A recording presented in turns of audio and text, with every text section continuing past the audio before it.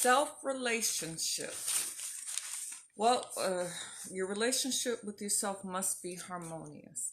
Napoleon Hill said it in his book, Think and Grow Rich, and he was referring to masterminds. When you form a group of people and you talk together and you discuss the places that you want to go in life, you should have a mastermind group to help propel you to those goals. So if it's important within a mastermind, think of how important it is with yourself. So I have an example of this. This is my Columbia coat. I got it from the Goodwill maybe 3 or 4 years ago. And this coat only cost me $10. Morning. How are you, Karen? And it only cost me $10. And I wore it to an event that I went to the day before yesterday.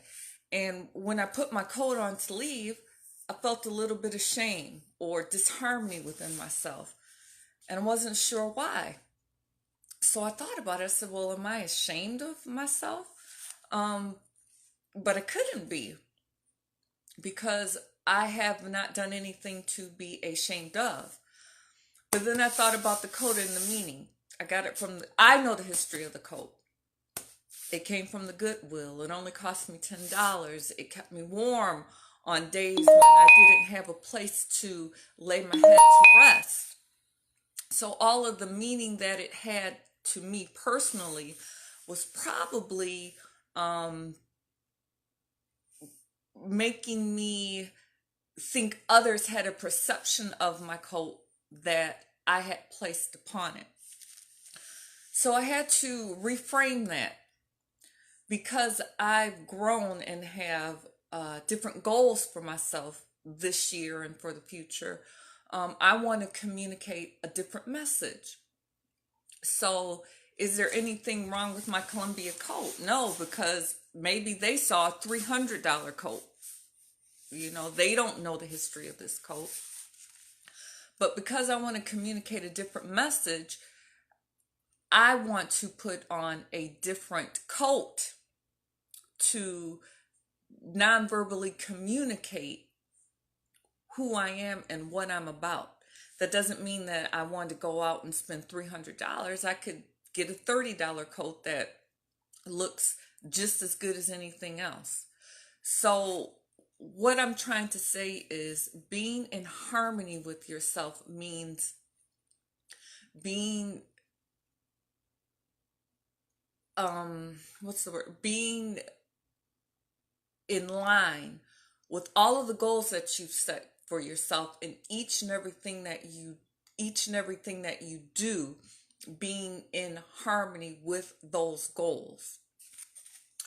Good morning, Troy. How you doing? I see you all the time on with your workouts. I think that's amazing. And the thing, your daughter and her running, that's awesome. So anyway, back to what I'm saying, being in harmony and the messages that you're communicating. So now I'm going to get a new coat, but I'm going to get a new coat for the right reasons. And I'm in harmony with myself. And the reasons are because of the goals that I've set.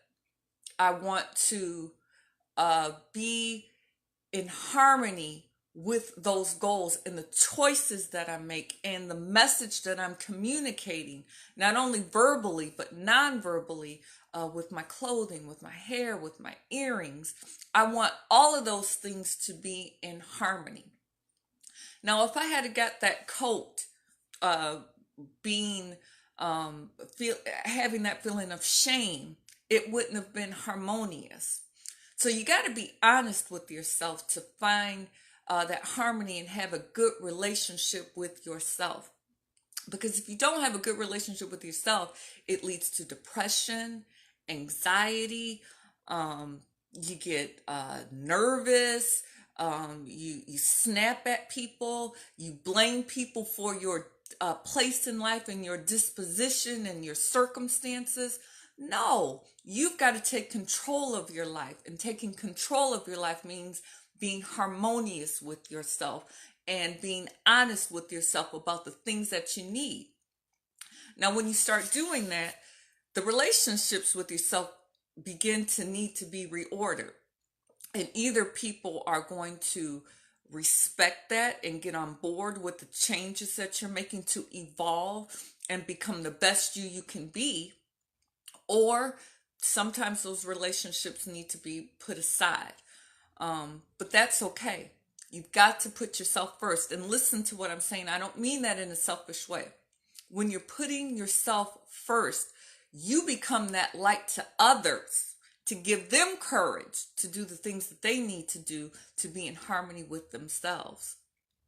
And not only are you at peace, but other people can look to you as an example.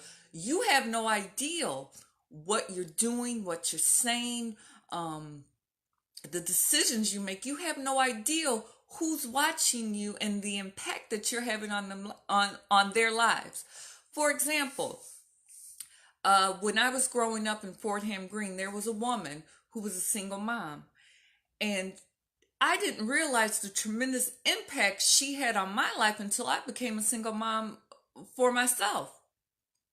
And I thought about her and the choices and the decisions that she made. And it was a guide to me to become a better single mom because of the example and the choices and the decisions that she made. So never be afraid to be yourself. Never be afraid to be in harmony with yourself. And it is a tough thing to do because you're going to have to make some tough decisions. You're going to have to be honest with yourself, and you're going to have conversations with people that you wouldn't normally have. Because most of the time we're trying to appease others and we don't even know it because we don't like confrontation.